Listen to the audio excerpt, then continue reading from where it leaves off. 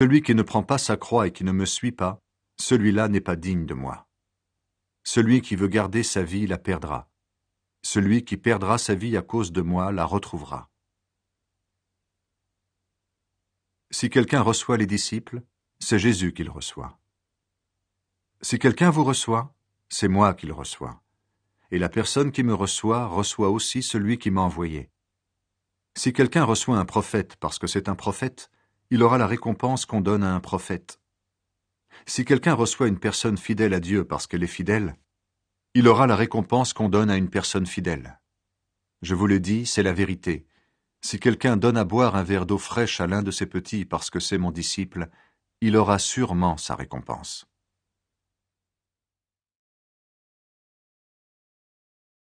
Quand Jésus a fini de donner ses ordres et ses conseils à ses 12 disciples, il part de là. Et il va dans les villes de la région pour enseigner et annoncer la bonne nouvelle. La question de Jean-Baptiste. Jean-Baptiste, dans sa prison, a entendu parler du Christ et de ce qu'il fait. Il envoie quelques-uns de ses disciples pour demander à Jésus « Est-ce que tu es le Messie qui doit venir? Ou bien devons-nous en attendre un autre ?» Jésus leur répond « Allez raconter à Jean ce que vous entendez et ce que vous voyez.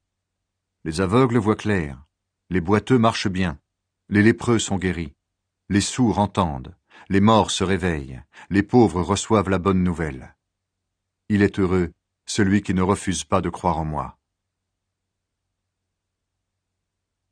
Jésus parle de Jean-Baptiste. Les disciples de Jean repartent. Jésus se met à parler de Jean aux foules qui sont là. Il leur dit « Qu'est-ce que vous êtes allés regarder dans le désert? Un roseau secoué par le vent? Non. Alors, qu'est-ce que vous êtes allés voir? Un homme habillé de vêtements élégants? Mais ceux qui ont de beaux vêtements habitent dans les palais des rois. Qu'est-ce que vous êtes allés voir? Un prophète. Oui, je vous le dis, et même plus qu'un prophète. En effet, Jean est celui que les livres saints annoncent quand Dieu dit « Moi, je vais envoyer mon messager devant toi, il préparera le chemin pour toi. » Jésus ajoute « Je vous le dis, c'est la vérité. Il n'y a jamais eu un homme plus important que Jean-Baptiste. Pourtant, celui qui est le plus petit dans le royaume des cieux est plus important que lui. Depuis le temps où Jean baptisait jusqu'à maintenant, on attaque le royaume des cieux avec violence, et les gens violents cherchent à le prendre. Jusqu'à Jean, la loi et tous les prophètes ont annoncé ce qui allait arriver. Et si vous voulez me croire, Jean, c'est Élie qui devait revenir. Celui qui a des oreilles, qui l'écoute. À qui est-ce que je vais comparer les gens d'aujourd'hui? Ils ressemblent à des enfants assis sur la place du village. Les uns crient aux autres « Pour vous, nous avons joué un air de flûte, mais vous n'avez pas dansé.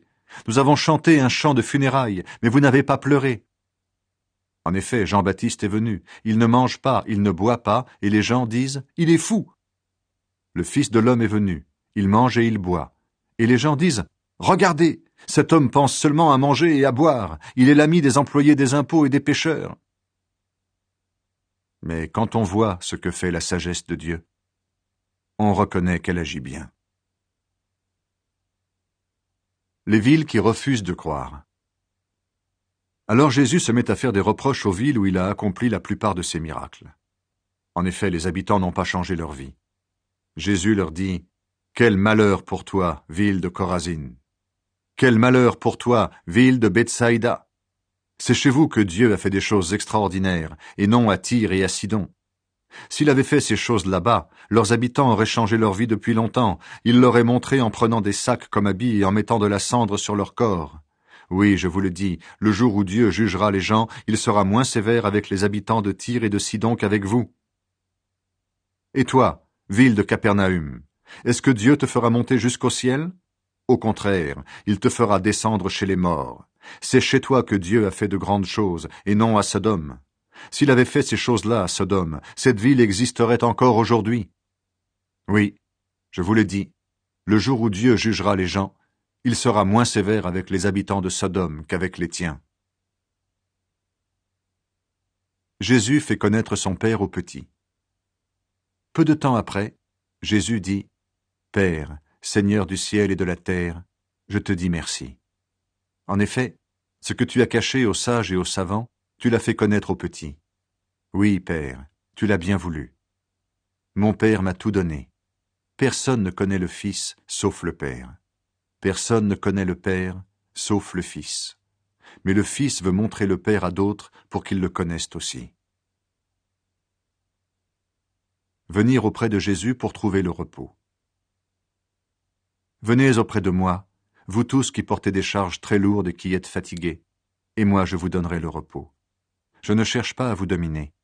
Prenez donc vous aussi la charge que je vous propose et devenez mes disciples. Ainsi vous trouverez le repos pour vous-même.